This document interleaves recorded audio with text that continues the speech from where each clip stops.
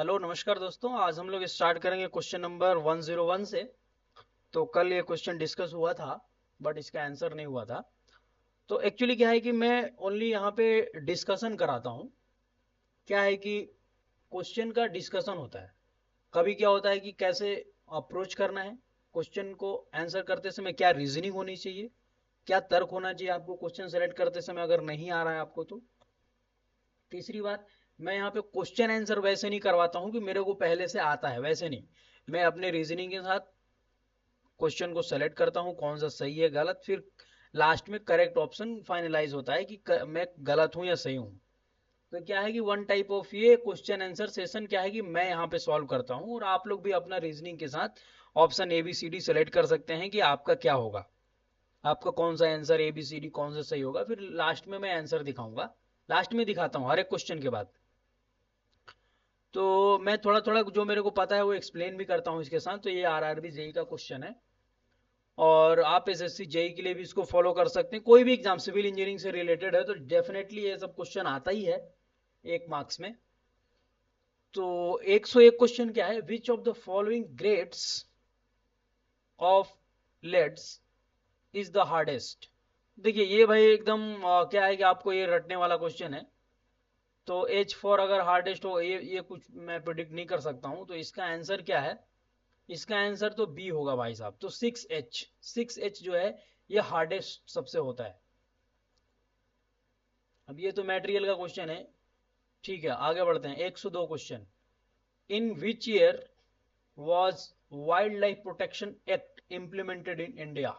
Wild life protection, ये तो GK का क्वेश्चन है। तो बी ऑप्शन होगा भाई इसका साहब, बी ऑप्शन होगा इसका। तो 1972 में वाइल्ड लाइफ प्रोटेक्शन एक्ट हुआ था। ये सिविल से क्वेश्चन है क्या। Name the structural member connecting all the trusses and also supporting the roof seats। ये देखिए क्या है, ये एक टेक्निकल क्वेश्चन है, सिविल से रिलेटेड है। Name the structural member connecting the all trusses. मतलब अगर आप कोई बिल्डिंग में ऐसा ऐसा ट्रस है बहुत सारा, तो क्या है कि ये मेंबर क्या है, कनेक्ट, उसको सबको कनेक्ट करके रखा है, इसको कनेक्ट, सारे ट्रस को क्या करके रखा है, कनेक्ट करके रखा है। ये बात होगी। दूसरा क्या है, and also supporting the roofing seat, और इसके ऊपर जो रूफ है तो ये भी है, जो रूफिंग सीट है इसको भी ये सपोर्ट करके रखा है। मतलब जो ये ट्रसेस हो गया, ट्रसेस के ऊपर वाला कॉलम। आपने देखा होगा जो टीन शेड होता है, टीन शेड आपने देखा ही क्या, बड़ा बड़ा जो टीन शेड छाया जाता है तो उसमें क्या होता है, नीचे नीचे हम ट्रसेस लगा देते हैं। नीचे नीचे बहुत सारी ऐसे ट्रायंगुलर शेप का होता है, फिर उसके ऊपर से एक पाइप से कनेक्ट रहता है जिसमें वेल्डिंग होती है सारे, ये जो ट्रायंगल वाला पार्ट है, और उसके ऊपर से टीन शेड को छाया जाता है। तो वही बोल रहा है रूफिंग सीट्स, ठीक है। तो उसको क्या बोलते हैं, गटर्स बोलते हैं, ब्रेसिंग्स बोलते हैं, टाई रड्स बोलते हैं, या पर्लिन्स बोलते हैं। तो इसको क्या बोलते हैं, टेक्निकल टर्म होता है। तो इसको मे बी क्या बोलते हैं, देख लेता हूँ। मुझे तो एग्जैक्ट इसका आंसर नहीं पता, मैं भूल गया हूँ इसको क्या बोलते हैं। बट देख लीजिए आप, इसको बोलते हैं पर्लिन्स। रिमेंबर प्लीज, थोड़ा थोड़ा मुझे याद आ रहा था पर्लिन्स, लेकिन मैं लिया नहीं। ओके पर्लिन्स होता है, इसको पर्लिन्स बोलते हैं। क्या कि वो ट्रस को तो कनेक्ट ही रखा है, ऊपर से रूफ सीट को भी वो रखा है, तो वो पर्लिन्स होता है। ठीक है। How many times the financial emergency has been declared in India so far. ये तो मुझे पता नहीं है। फाइनेंशियल इमरजेंसी एक बार हुआ है I think. C option, never. Oh financial emergency कभी नहीं हुआ। ओ कभी नहीं। फाइनेंशियल इमरजेंसी की बात चल रही है। The the key to profitable operation for project cost control is. अच्छा ये सीपीएम पर्ट से है क्वेश्चन, और कॉस्ट एनालिसिस और एस्टिमेशन कॉस्टिंग वो सब टॉपिक से रिलेटेड है। To keep the project cost equal to subsequent construction budget, the key to profitable operation for the project cost control is। यहाँ पे क्वेश्चन में क्या आपको बताना है कि एक प्रॉफिटेबल ऑपरेशन मतलब क्या मैं ऐसा प्रोसेस करूं कि कॉस्ट जो लग रहा है, जो कॉस्ट लग रहा है तो किसी भी प्रोजेक्ट को करने में, वो क्या हो, कंट्रोल में हो। ये नहीं कि एक ही बार में पूरा का पूरा कॉस्ट लग गया फिर बाद में कुछ बचा ही नहीं, कंट्रोल में हो, कंट्रोल वे में कॉस्ट हो। मतलब आज इतना खर्चा हुआ, कल इतना हो, कल इतना हो, ऐसा नहीं कि पूरा खर्चा ही खर्चा, खर्चा ही खर्चा, ज्यादा से ज्यादा हो रहा है और पहले फिर बाद में कुछ पैसा ही नहीं बचा, ऐसा नहीं, कंट्रोल वे में हो और प्रॉफिटेबल ऑपरेशन हो। ऐसा नहीं, ऑप्टिमम होना चाहिए। ऐसा नहीं कि पैसा कम कम लग रहा है और काम भी नहीं हो रहा है, नहीं, काम भी होना चाहिए और कंट्रोल वे में पैसा भी खर्चा होना चाहिए। उसके लिए हमें क्या करना पड़ेगा, पहला ऑप्शन है to keep the project cost equal to subsequent construction budget. ठीक है, to keep the project cost higher than the cost estimation. ऐसा हो गया, हायर कर देंगे तो क्या होगा भाई साहब, प्रोजेक्ट कॉस्ट को और हायर, मान लीजिए मेरा 100 रुपये में काम हो जा रहा है, मैं हायर रख दूं 120 रुपये रख दूं, तो ये तो भाई कंट्रोल वंट्रोल नहीं हुआ, ये प्रॉफिटेबल ऐसा कोई देगा क्या, ये तो मेरे को अच्छा नहीं लग रहा है। To keep the project cost with in the cost budget and knowing when the when and where job costing are deviating। ये एक ऑप्शन मेरे को थोड़ा लॉजिकल लग रहा है। To keep the project cost equal to the original, original भी रखने में प्रॉब्लम हो, केवल ये स्टेटमेंट बोलने से सही नहीं होगा। With in the cost budget, keep the project cost equal to the subsequent construction budget.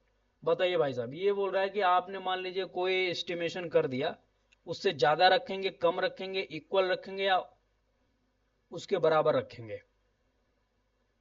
Construction budget cost estimate जो किए उससे इक्वल रखेंगे या ज्यादा रखेंगे, ये ऑप्शन है। सी ऑप्शन क्या बोल रहा है, with in the cost budget and knowing where the job where and when and where job cost are deviating to keep the project cost equal to the subsequent construction। मेरे को C option थोड़ा ज्यादा logical लग रहा है, देखते हैं क्या आंसर होगा। सी ऑप्शन सही होगा भाई साहब। Question number 106, when is Halloween celebrated. ये क्या है, ये कोई त्योहार वगैरह आई थिंक। बी ऑप्शन है 31 अक्टूबर को। To find which of the following is consistency test perform. ये भी ये सीमेंट का आई थिंक ये करते हैं consistency test. Which of the following is consistency test perform, ये आई थिंक फाइनेंस के लिए करते हैं, कंसिस्टेंसी फाइनेंस ऑफ सीमेंट या वाटर सीमेंट रेशियो के लिए करते हैं। टेंसाइल स्ट्रेंथ के लिए तो नहीं करते हैं भाई साहब, कॉम्प्रेसिव के लिए भी नहीं करते हैं, वाटर सीमेंट रेशियो के लिए करते हैं क्या। Consistency test I think water cement ratio के लिए करते हैं। D option, yes, water cement ratio के लिए होता है। In an overhanging beam A B C, overhanging beam है भाई साहब, ओवरहैंगिंग बीम का मतलब पता है आप, ये तो फिक्स बीम हो गया, ठीक है। ओवरहैंगिंग बीम ऐसे होता है क्या, ये ओवरहैंगिंग हो रहा है, देखते हैं आगे पढ़ने से आइडिया लग जाएगा। A B C, A B L B C A, अच्छा डिस्टेंस दिया है, and C being the free end, ओ ये फ्री इंड है, ये बी होगा, फिर ये बी सी क्या है, इसका डिस्टेंस ए है और इसका डिस्टेंस एल है, right. If it is subjected to a vertical load W at free end, यहां पे डब्ल्यू है, the maximum moment occur at. ये तो बड़ा सिंपल क्वेश्चन पूछ दिया कि भाई आपके पास एक ऐसा बीम है एक ऐसा, यहाँ एल है, यहाँ ए है और यहाँ पे डब्लू लग रहा है, ठीक है। तो अब ये पूछ रहा है, अच्छा ये क्या है भाई, हिंज सपोर्टेड है क्या? इसमें ऐसा देखिए कुछ बोला नहीं है भाई। ओवरहैंग तो मैं ऐसे भी बना सकता हूँ फिक्स करके, तो मैक्सिमम मोमेंट तो यहाँ आ जाएगा फिक्स पे। मतलब क्वेश्चन क्लैरिफाई नहीं करने से ना प्रॉब्लम हो जाता है इसी तरीके से। हालांकि जनरली क्वेश्चन ऐसे ही आते हैं, तो ये इन्होंने ऐसे ही वाला दिया होगा। If it is subjected to a vertical load at free end the maximum momentum occur eight.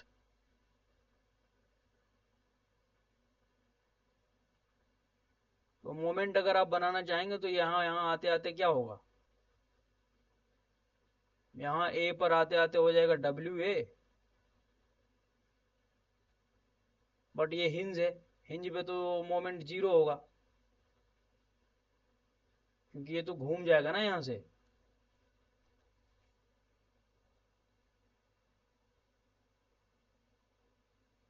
इसका डायग्राम कुछ ऐसे बनेगा भाई साहब, यहाँ पे आएगा और यहाँ से डब्ल्यू ए होगा, ये ऐसे जाएगा, और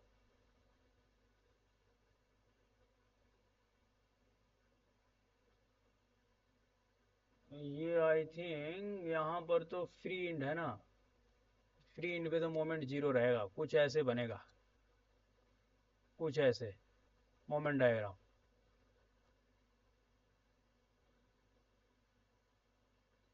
तो maximum moment occur between A be occur होगा यार, डी ऑप्शन करो। सी पे थोड़ी होगा, सी पे तो शियर स्ट्रेस ज्यादा होगा, डी ऑप्शन होगा। बी ऑप्शन बोल रहे हैं, मैक्सिमम मोमेंट बी पे होगा, बी पे कैसे होगा?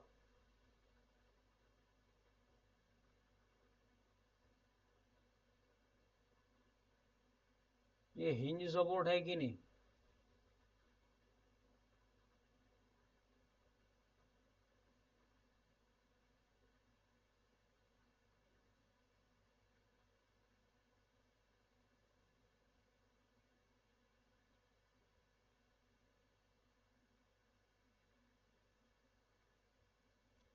अरे यार ये तो कंफ्यूजन में डाल दिया मेरे को। ठीक है, अच्छा इसको मैं यहाँ पे छोड़ता हूँ, मैं देखता हूँ इसको क्वेश्चन को। तो क्या कीजिए, जिसको भी आ रहा होगा इस क्वेश्चन का आंसर, देखिए क्लैरिफाई नहीं किया कि कौन सा इंड भाई फिक्स है, कौन सा हिंज है, कौन सा रोलर है, ऐसे लिख दिया, हो गया काम। यही प्रॉब्लम है एसएससी एग्जाम में। ओके चलिए, मैं इसको छोड़ता हूँ, आगे बढ़ते हैं। जिसको कमेंट आ रहा होगा प्लीज कमेंट में लिखिए कि कैसे इसका करेक्ट आंसर होगा, दूसरों को भी पता चले।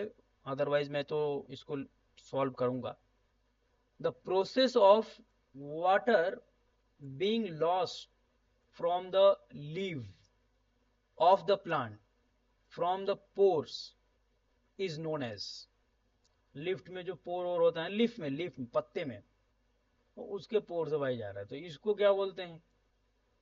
वाटर लॉस हो रहा ना, तो ट्रांसपिरेशन बोलते हैं। और इवोपो ट्रांसपिरेशन कब बोलते हैं? जो प्लांट के पास से, प्लांट के पास में जो मिट्टी होती है और जो पत्ते से निकलता है, दोनों को कंबाइंड करके इवोपो ट्रांसपिरेशन, ऐसे ट्रांसपिरेशन होगा। बी ऑप्शन करेक्ट होगा। आगे आइए, the failure of material under varying load, varying load है भाई साहब, ठीक है। After a number of cycle of such load is known as. तो इसका ऑप्शन है फटिग फेल्योर बोलते हैं इसको, फटिग फेल्योर बोलते हैं। देखो ऑप्शन दिख भी रहा था। तो क्या है कि वेरिंग लोड के साथ जब फेल्योर होता है ना, failure of material under the varying load, varying load मतलब मान लीजिए ये हो गया, एक ये बीम हो गया, तो वेरिंग लोड है, यहाँ पे ज्यादा है लोड, यहाँ पे कम है, ऐसे कम होते होते आ रहा है, ऐसे वेरिंग लोड है, वेरी हो रहा है load. After a number of cycle, बहुत बार फेल हुआ, ठीक है, बहुत बार फेल होने को क्या बोलते हैं? Failure of material under varying load, after a number of cycle of such load is known as. अब ये जो लोड लग रहा है ना, इसका बार बार ऐसे लोडिंग कंडीशन आ रहा है, ठीक है, वेयरिंग लोड बार बार आ रहा है, मतलब क्या हो रहा है, बिजली का तार आपने देखा है, बिजली के तार पे क्या होगा, कभी टेंशन ऐसे ऐसे ऐसे ऐसे लपर लपर करता है, तो कभी टेंशन कभी कंप्रेशन, टेंशन कभी कंप्रेशन, तो वेयरिंग हो रहा है, कभी टेंशन कभी कंप्रेशन, कहीं ज़्यादा कहीं, तो ऐसे में जो फेल्योर होता है ना, फटिग फेल्योर बोलते हैं उसको। ठीक है, आगे बढ़िए। VOC represent voltaic organic compound, क्या होगा इसका आंसर भाई, A option, volatile organic compound बोलते हैं VOC को। ये कौन सा कैसा क्वेश्चन पूछ लेते हैं यार, ये छोड़ो NASA Vasa. Evaporation loss depend on nature of application and type of vegetation, yes definitely, nature of precipitation definitely, and area of water surface, yes definitely, तो ऑल ऑप्शन ऐसे ही करेक्ट हो गया, इसका दो करेक्ट हो गया तो मतलब सारा ही करेक्ट होगा। आगे बढ़ते हैं। Which of the following code is also known as reflected binary code, gray code, error code, straight binary code and excess 3 code.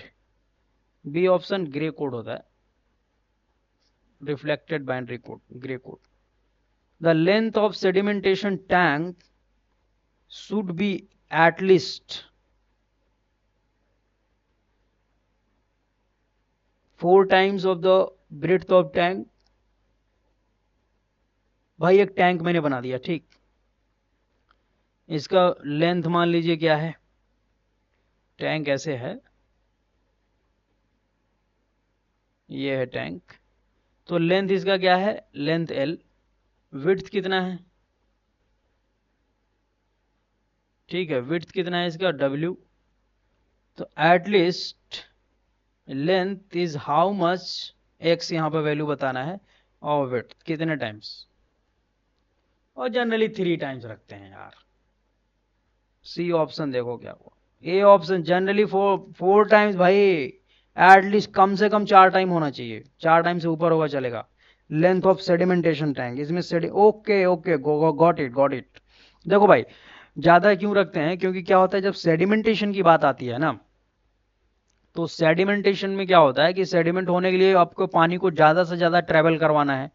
अब पानी को ज्यादा से ज्यादा ट्रेवल करवाना है तो ज्यादा लेंथ भी चाहिए, तो यहाँ पे 4 टाइम्स लेते हैं, रिमेंबर प्लीज, एटलीस्ट 4 टाइम, ज्यादा भी ले सकते हैं। आगे बढ़ते हैं 116 number question. What is the percentage content of asphalt in the cutback asphalt. अब ये तो भाई साहब इसमें कोई टेक्निकल चीज तो है नहीं, रटने वाली चीज है ये, इसमें क्या ही मैं बता दूं।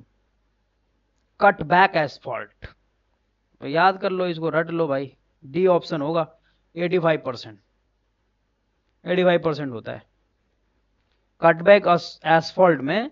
एसफॉल्ट का जो कंटेंट होता है वो 85% होता है, मतलब 100 लीटर अगर है कटबैक एसफॉल्ट तो 85 उसमें एसफॉल्ट होगा, 15 है कुछ और होगा। when two roofing sheets meet at a lower level,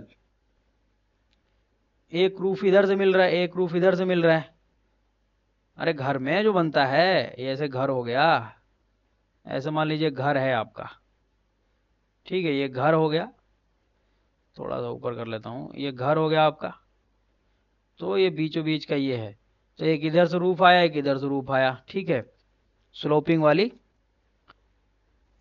lower level, ठीक है, फ्रॉम द अपोजिट डायरेक्शन, ठीक है, अपोजिट से तो मिलेगा यार, और कैसे मिलेगा, फॉर्मिंग एन एक्यूट एंगल, अच्छा जी, acute angle junction, it is called at valley ridge summit gutters, क्या बोलते हैं भाई, इसको आई थिंक रीज लाइन बोलते हैं,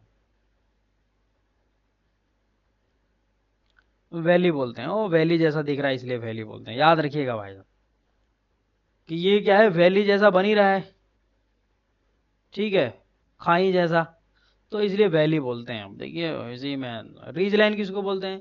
एक ऐसा लाइन जहां से क्या हो, दोनों तरफ स्लोप हो, जिसी पे नए कैनाल वगैरह बनाते हैं, नहर वगैरह, ताकि दोनों तरफ सिंचाई अच्छे से हो। ठीक है, आगे बढ़ते हैं। Which of the following is not a type of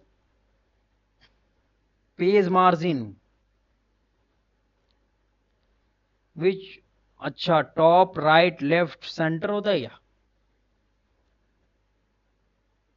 centre, centre कहाँ मार्जिन करते हैं पेज में? A option. लेफ्ट राइट ही कर सकते हैं। इतना इजी क्वेश्चन कभी कभी पूछ लेता है, कंफ्यूज कर देता है कि इतना इजी भी क्वेश्चन होता है क्या। A magnetic field can exert force on a stationary point charge, moving charge, a stationary line charge, both moving and the stationary charge। अब ये यार तो फिजिक्स का क्वेश्चन है, इसके लिए तो भाई साहब पढ़ना पड़ेगा फिजिक्स। ऐसे अंदाजा क्या ही बताऊं मैं। डी ऑप्शन होगा मूविंग चार्ज पे। ठीक है, magnetic field, moving charge.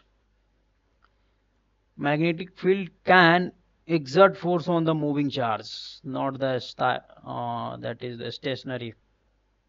Okay, अगला क्या है? The product of either force of couple with the arm of the couple is called। ये क्या बोल दिया भाई भाई भाई भाई, ऐसे क्यों परेशान कर देते हैं? द प्रोडक्ट ऑफ इधर फोर्स ऑफ कपल, ये होता है भाई साहब फोर्स का कपल। ठीक है, एफ इधर लग रहा है, एफ इधर लग रहा है। द प्रोडक्ट ऑफ इधर force of couple with the arm of the couple, ओ ये तो मोमेंट बोलते हैं। रिजल्टिंग कपल, रिजल्टेंट कपल, ये सब बकवास है। Moment, moment of the couple, moment of force. Couple क्या यार, अब इतना कंफ्यूज कर दिया, दो दो ऑप्शन देके। Moment of couple, moment of force, force का मोमेंट है, कपल का मोमेंट है, तो कपल की बात हो रही तो कपल ऑफ मोमेंट होगा भाई साहब, सी ऑप्शन। फोर्स तोर्स नहीं लाएंगे, टर्मिनोलॉजी भी देखना है ना। आगे देखिए, average velocity of flow that will take place through the total cross sectional area of soil under unit hydraulic gradient is known as। oh, ये तो डेफिनेशन पूछा है। the average velocity u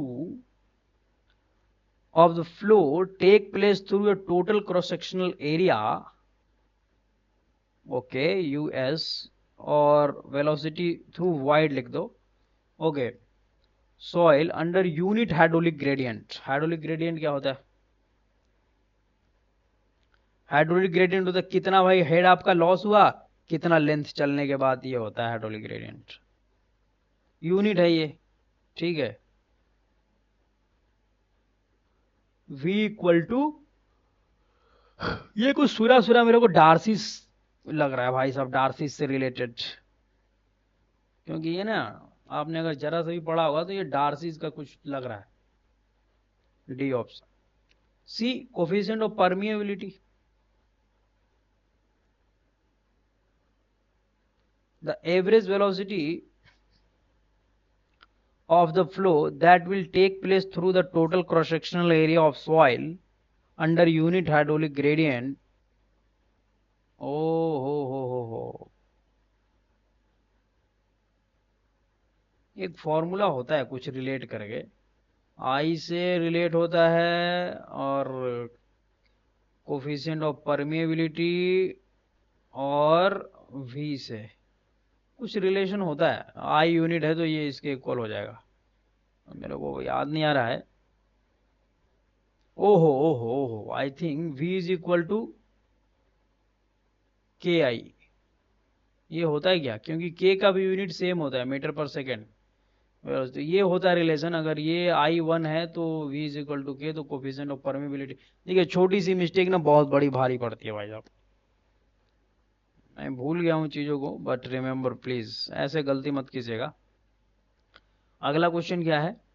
the discharge through a trapezoidal channel is maximum when. अब ये ना क्या पूछ रहा है मैं बता दूं, ये पूछ रहा है इकोनॉमिकल चैनल सेक्शन की बात हो रही है यहां पे।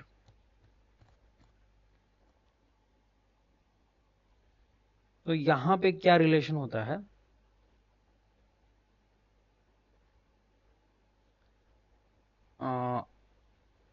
Half of top width is equal to one of the sloping side. Yes, पहले ही वाला सही है भाई साहब। टॉप विड्थ जो होता है ना, 2 times of the sloping side अगर रखने से गेम सही होता है। तो यहाँ पे half of the top width is equal to one side, A ही ऑप्शन सही है। मैं आगे बढ़ूंगा ही नहीं,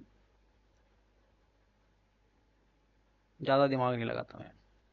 high level radioactive waste, ओहो, can be managed in which of the following way. High level radioactive है भाई साहब, कंपोस्टिंग करेंगे क्या? ना ना ना, स्टोर इन डेफिनेटली, इंसिनरेशन जला देंगे क्या? न्यूट्रलाइजेशन करेंगे क्या? यस, ये हम कर सकते हैं भाई, न्यूट्रल कर दो उसको। पॉसिबल होता है क्या? बी ऑप्शन भाई, स्टोर करते हैं, ढंग से याद रखिएगा, store indefinitely. Remember please, high level radio active, कुछ नहीं उसके साथ छेड़खानी नहीं करते हैं, गेम हो जाएगा तुरंत, रेडियो एक्टिव है ना। The following are the statement about lug angle used to connect heavily loaded tension member of gasset plate। ये ना स्टील स्ट्रक्चर से क्वेश्चन है, ठीक है। तो अब यहाँ पे क्या है, द फॉलोइंग और the statement about the lug angle used to connect the heavy loaded tension member to gasset plate, the length of end connection is reduced by using lug angles, there will be saving in the gasset plate, cost of connection increases due to additional fasteners of angle required। भाई साहब ये ना मेरे एकदम out of range आ रहा है, मैं इसमें ज्यादा दिमाग लगाऊंगा नहीं। ऐसा क्वेश्चन ना मैं बिल्कुल छोड़ जाऊंगा, मुझे तो पता नहीं चल रहा है। ऑप्शन क्या है देख लेते हैं, ऑप्शन डी है भाई साहब सही। Only one and third statement सही है, बाकी दूसरा गलत है। दूसरा क्या है देख लेते हैं, by using the lug angle there will be saving the gusset plate. ये नहीं है भाई, गैसेट प्लेट को सेव नहीं करते हैं, बाकी सही है। The length of end connection is reduce, आप लग एंगल यूज कर दिए तो length of end connection reduce होगा, लेंथ रिड्यूस होगा। Cost of connection increases due to additional fasteners and angle required. Yes definitely, logical question था but मुझे पता नहीं था तो मैं नहीं लेना चाह रहा था, मे भी दूसरा भी सही होता तो गेम हो जाता। अगला क्या है, ए solution turn red litmus blue, the pH is likely to be 4, 5। Red litmus को किस में जा रहा है, ब्लू में जा रहा है भाई साहब। अब ये बताइए, रेड से ब्लू जा रहा है तो एसिड से बेस में जा रहा है या बेस से एसिड जा रहा है? भाई मैंने तो 4 बार पढ़ा है कहीं, मुझे इतना याद नहीं है, मैं भूल गया हूँ 4 लेकिन पढ़ा है। ओ 10, मतलब क्या है भाई साहब, अगर आपका सैंपल बेस है, मतलब पीएच वैल्यू अगर 10 ग्रेटर देन 7 है, तो इस सैंपल में अगर आप रेड लिटमस डाल दिए, इस सैंपल में आपके पास एक रेड लिटमस है, अगर उसको इसमें डाले इस सैंपल में, तो ये क्या हो जाएगा, ब्लू हो जाएगा। ये बात हो रही है। अच्छा, लाइकली टू बी क्या 10 होता है क्या, इक्वल टू 10 होता है क्या? मेरे तो यही समझ में आ रहा है 10 है।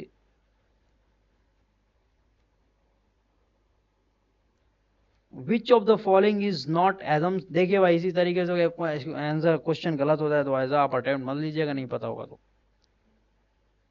Which one of the following is not the assumption in deriving Euler's theory for a long column? The column is initially straight and is loaded axially. ये तो assumption है भाई साहब, not है यहाँ पर। The columns are having hinge end only, नहीं नहीं ऐसा पॉसिबल नहीं है, कुछ भी हो सकता है, वो आइलर की बात चल रही है। The column fails by buckling alone. The section of the column is uniform throughout. Maybe ये ऑप्शन बी नहीं होगा, yes B. In AutoCAD the 3D command on the modeling toolbar include a sphere, extrude, box, all option। Yes भाई, extrude में क्या करते हैं, आपके पास कोई प्लेन है, इसको आप 3D में खींचना है तो वो लगा के इसको आप 3D में बना सकते हैं, 2D में है तो। बॉक्स भी होगा, ये ऑल ऑप्शन करेक्ट, इसमें तो मैं ऐसे ही मार सकता हूँ। Pick up the correct statement from the following. The receipts and disbursement in a given time interval are referred to a cash flow। ये भाई क्या क्वेश्चन है यार, इसमें तो मैं बिल्कुल परेशान हो जाता हूँ। The receipt and disbursement, disbursement का मतलब होता है पैसा रिलीज करना। The receipt and disbursement in a given time interval are referred to as a cash flow. The assumption that all cash flow occur at the end of the interest period is known as the end period convention. A cash flow diagram is a graphical representation of cash flow drawn on a time scale। भाई मैं ना कुछ नहीं पता तो all option में ठोक दूंगा, जो होगा देखेंगे। Yes all option correct. Suggest the organize Asian game, ये तो भाई पहले का क्वेश्चन है। Steep foot roller is most suitable for compacting. Steep foot cohesive soil के लिए करते हैं, डी ऑप्शन। आप स्टीप फुट रोलर का ना वैरायटीज ऑफ रोलर आप देख लीजिएगा, केवल इमेज मार के गूगल पे, आपको ऐसे ही आइडिया लग जाएगा कौन सा रोलर किसके लिए यूज होता है, पढ़ने का भी जरूरत नहीं है। What is the octal equivalent of F3B116, ये क्या है भाई, इसको तो पता भी नहीं है। आगे चलिए, देखिए इसको मैं पढ़ूंगा, अगर आंसर पता चल गया तो लिखूंगा, नहीं अगर मेरे को पता है तो मैं ज्यादा दिमाग नहीं लगाऊंगा इसमें, ऐसे ही आपको भी करना है। Bar A has diameter d, length l, bar b has diameter 2d, length 2l। if the both bar are made up of same material and subjected to same load, the ratio of change in length of A to change in length of B। ये क्या नौटंकी है भाई,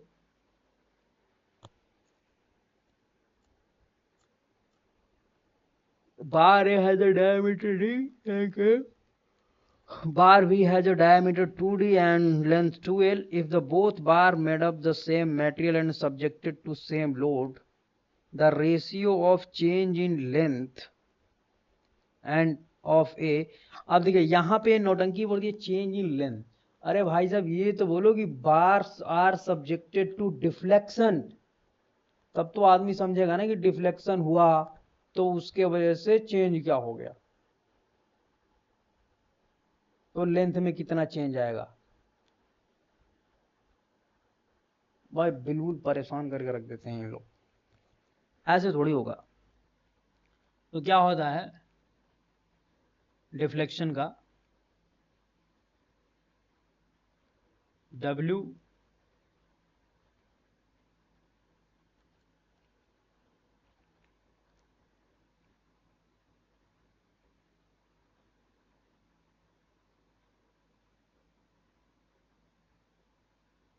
deflection in the bar, ए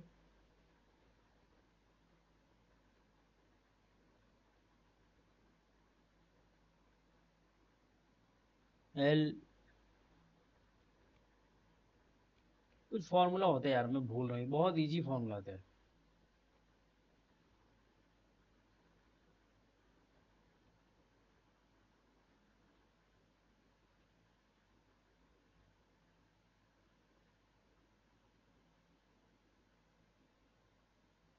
अगर आपको delta चाहिए, ठीक है, तो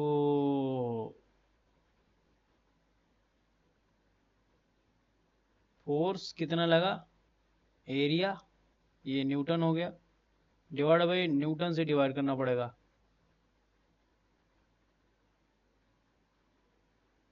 एल से डिवाइड कर दिए, एक और डब्लू आएगा यहाँ पे, P L by A E, I think ये होता है फॉर्मूला जो होता है, पी ए बाई ई हो गया इलास्टिक मॉडुलस, ठीक है। फोर्स देखो मैं भूल गया हूँ, मैं फिर भी मैं सोच रहा हूँ कैसे लिखूं, क्योंकि इसका जो यूनिट होता है पी एल बाई ए ई ऐसे होता है आई थिंक। तो ये हो गया न्यूटन, ये हो गया मीटर डिवाइड बाई, और ये न्यूटन बाई मीटर स्क्वायर, और यहाँ यस पी एल बाई ए ई होता है, ठीक है। तो अब हम लगा देते हैं, तो दोनों का फोर्स सेम है, तो पी पी सेम होगा, कैंसिल हो गया भाई, P one L one divide by A one E one, P two L two A two E two. अब मटेरियल सेम है तो ई टू कैंसिल होगा, पी टू पी वन ये आपस में बराबर हो जाएगा, एल वन कितना है, एल वन है एल टू कितना है, टू एल है, और ये पाई बाई फोर डी स्क्वायर, तो ये हो जाएगा डी स्क्वायर, और ये टू डी है ना, इक्वल टू, और यहाँ मैं लिख देता हूँ L divide by pi by four D square equal to two L divide by pi by four two D square, pi से पाई गया, डी स्क्वायर से डी स्क्वायर गया, टू फोर यहाँ पे बच गया, तो L divide by one is equal to two L divide by four, two ज़ा फोर, ये एल ए है, ये एल बी है।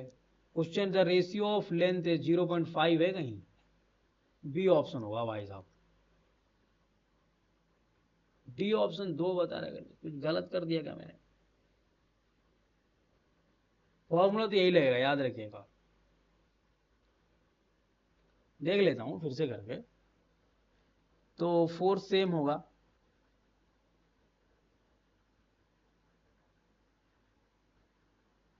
तो पी, पी से पी चला गया, L, L by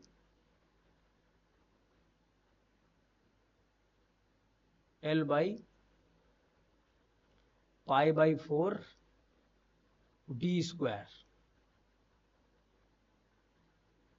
is equal to two L divide by pi by four into two D square, two का स्क्वायर करेंगे तो फोर आ जाएगा, और डी स्क्वायर तो है ही है, तो भाई ये तो ये गया ना डी स्क्वायर, और टू ज़ा फोर, ओ यहाँ पे टू हो गया, तो ये क्या है, एल बी है, ये क्या है, एल ए है, तो L A divide by L B is equal to क्या बचा, एल बी इधर आ गया, वन बाई टू ही तो बचा, L B by L A पूछ रहा क्या, L B by L A होगा टू, 0.5 ही होगा भाई,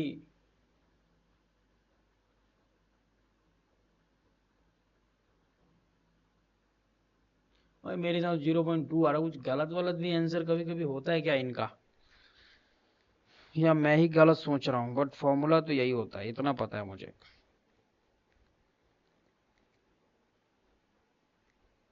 न्यूटन पर मीटर स्क्वायर से मीटर, न्यूटन बचा, ये भी न्यूटन, फॉर्मूला यही है पी एल बाई ए। अब पी एल बाई ए यार 1/2 आ रहा है मेरे हिसाब से, अगर L B by L A पूछ रहा है तो 2 आएगा, बी ऑप्शन आ रहा है। अच्छा हाँ, किसी को समझ में आ रहा हो कि किधर मैं गलती कर रहा हूँ तो प्लीज कमेंट कीजिएगा।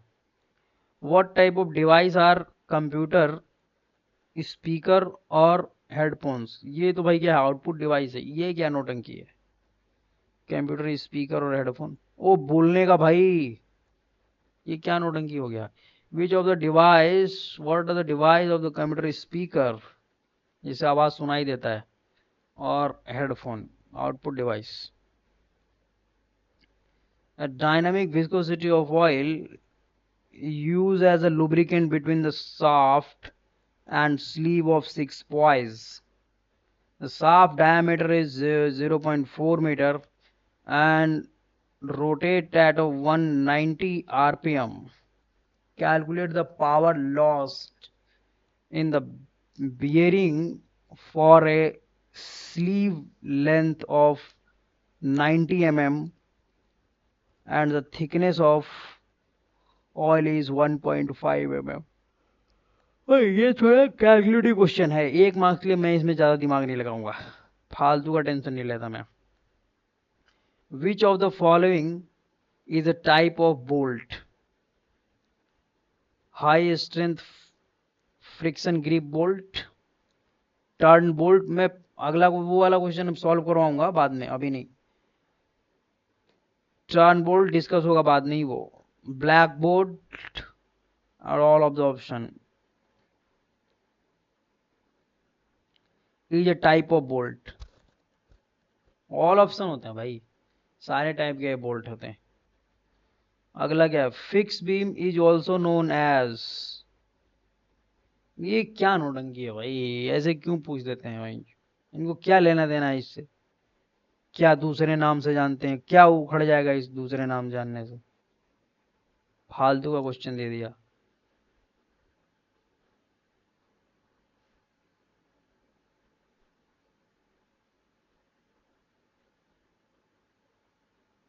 A fixed beam is also known as spandrel beam, contrast beam,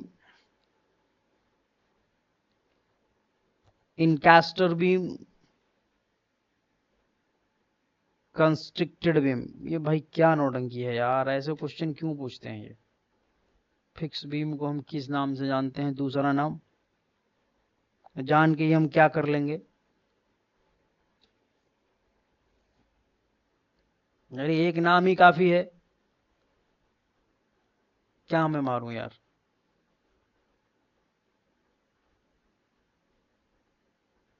ये ऑप्शन में ठोकता हूं, देख।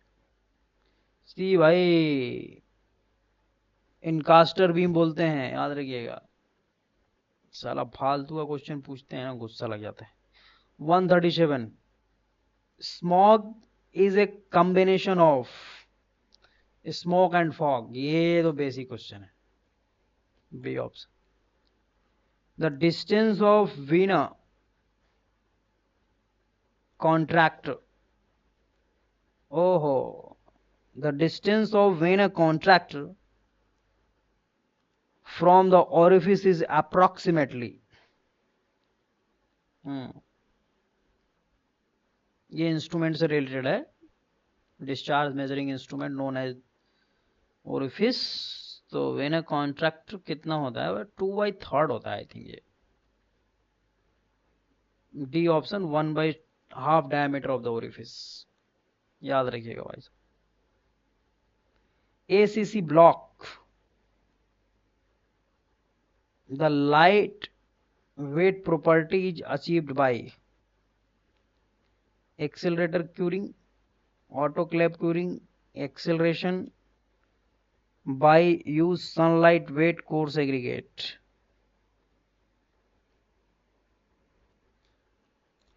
In ACC blocks, the light weight property is achieved by light weight। Aeration करेंगे तो होगा क्या? ऑटोक्लेविंग से होगा क्या? ऑटोक्लेविंग यार कोई शायद फाइनेंस चेक करने के लिए शायद करते हैं, मुझे याद नहीं आ रहा है, बट हल्का हल्का सा यही याद आ रहा है।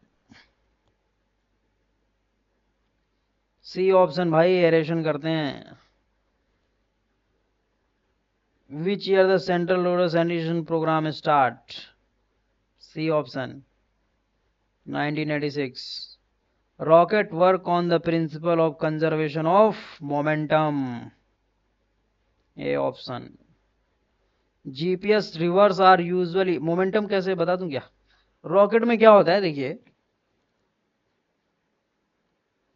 ये आपका रॉकेट ऐसे होता है, कई सारा लेयर बना होता है रॉकेट में, ये ऐसे आके बना होता है, ये फिर लेयर आके ऐसे बना होता है, ये निकलते जाते हैं जैसे जैसे पीछे से ये निकलता है ना, देखे होंगे आप फायर, मैं फायर बोल रहा हूँ आपके लिए, जैसे फायर निकलता है तो इस फायर वेलोसिटी इधर निकल रहा है, ये इधर इधर की ओर जा रहा है, ठीक है, इधर की ओर जा रहा है, तो क्या हो रहा है यहाँ पे मास और वेलोसिटी दोनों है कंबाइंड चीज, तो जहाँ पे मास और वेलोसिटी आ गया मोमेंटम आ गया, सिंपल वे में समझा दिया।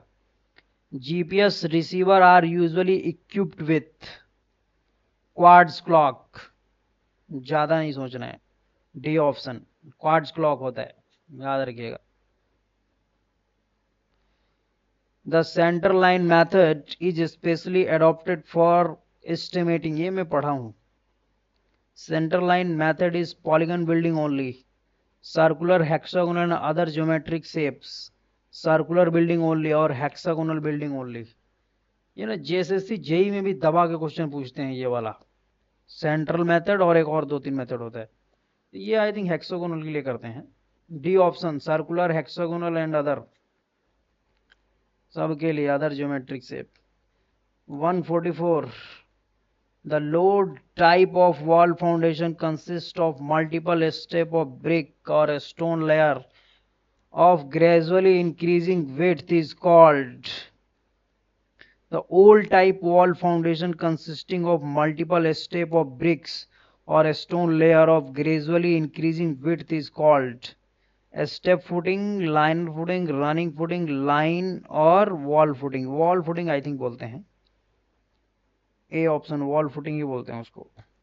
The density of ash product मतलब राख in a municipal solid waste, थोड़ा सा कम होता है पानी से क्योंकि पानी के ऊपर तैरने लगता है, तो ये 700 होगा, और क्या, ए ऑप्शन ले लो, ए ऑप्शन ही होता है, 700 ही होता है।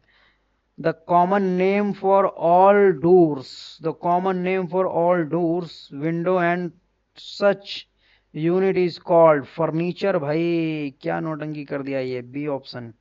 वो सी ऑप्शन, ये क्या है भाई, ज्वाइनरी होता है क्या, फर्नीचर में नहीं आएगा। The common name of all door Windows, ये तो मुझे सर्च करने में मजबूर कर दिया है। The common name for all doors windows and such unit are known as joinery, ये तो मैं सर्च करूंगा यार, मतलब ये ना कंफ्यूजन में डाल दिया मुझे।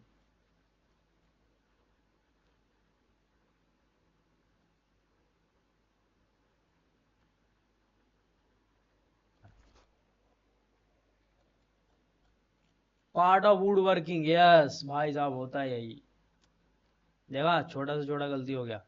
What is the super elevation of the horizontal highway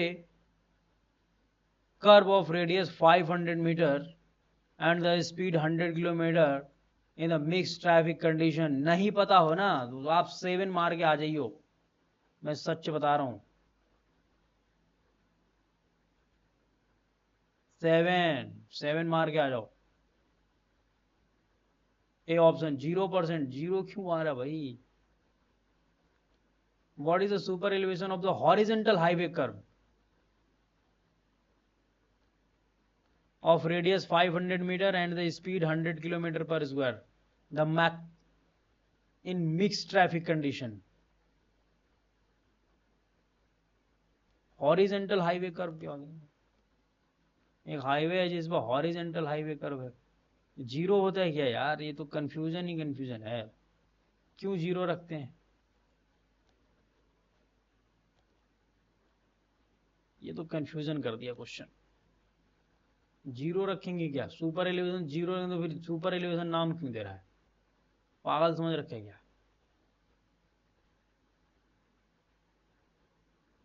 v² by 255 r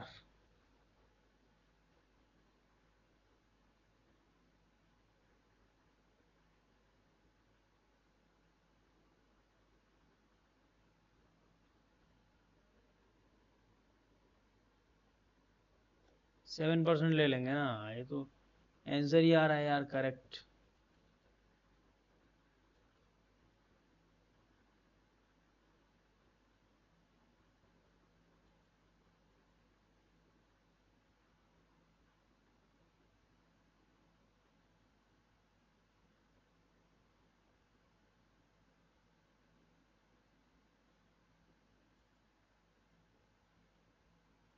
text book वालों ने क्या दिया, ये देखो 7% यहाँ पे दे रखा है इन्होंने। भाई भाई उसमें आंसर गलत है कहीं कहीं यार, परेशान करके रख दिया इन्होंने, ए बहुत परेशानी है रे बाबा। और इसका मतलब कहीं कहीं गलत भी इन्होंने ऑप्शन दिया है क्या। पहले क्वेश्चन का भी वो मेरा आ रहा था 2 और वहां में आ रहा था 0.5, मेरा 0.5 आ रहा था, ये सी ऑप्शन भी सही होगा, क्योंकि 7 से ऊपर देते ही नहीं है। Which of the following quantities has the SI unit in candela luminous intensity.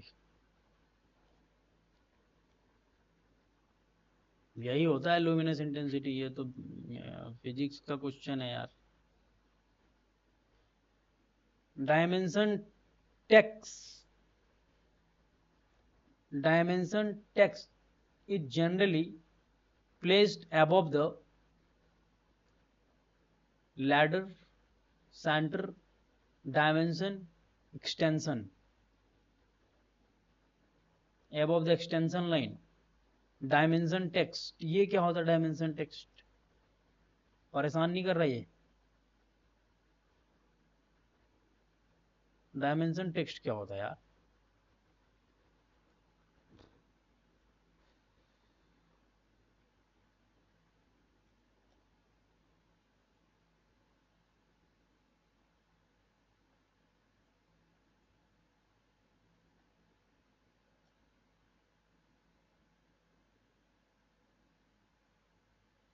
In numerical are usually above the unbroken dimension line, either case of the dimensional line which is the closest to the। ये क्या architectural से question designing वाइजाइनिंग से दे दिया क्या, मुझे तो यही लग रहा है भाई साहब, ये क्या नौटंकी है यार। इतना बड़ा सिलेबस बना देते हैं ना कि यार लड़का पागल हो जाएगा पढ़ते पढ़ते, बाद में फिर रिजल्ट नहीं आते हैं अच्छे, क्वेश्चन लीक हो जाता है। To prevent corrosion of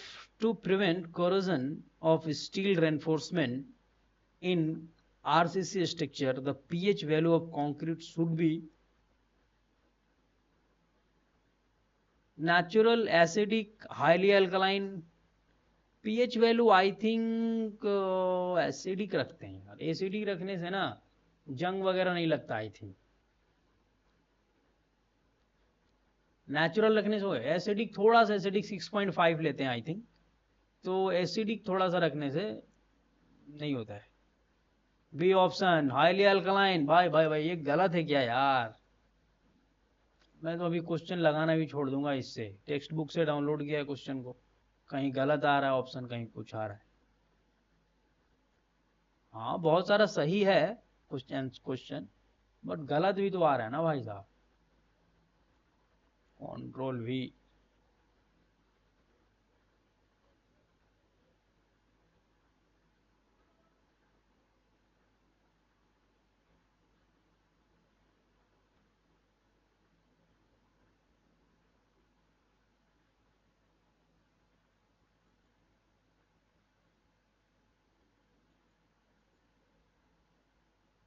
यहाँ पे देखिए पूरा दिया है कैसे क्या रखते हैं, H2O किससे क्या रिएक्शन होगा क्या नहीं होगा, पूरा इन्होंने दे दिया।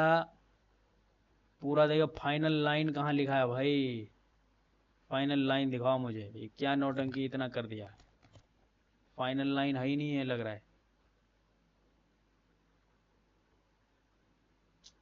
अब पूरा रिसर्च छाप दिया क्या, यही दिक्कत है ना, फाइनल लाइन है ही नहीं है।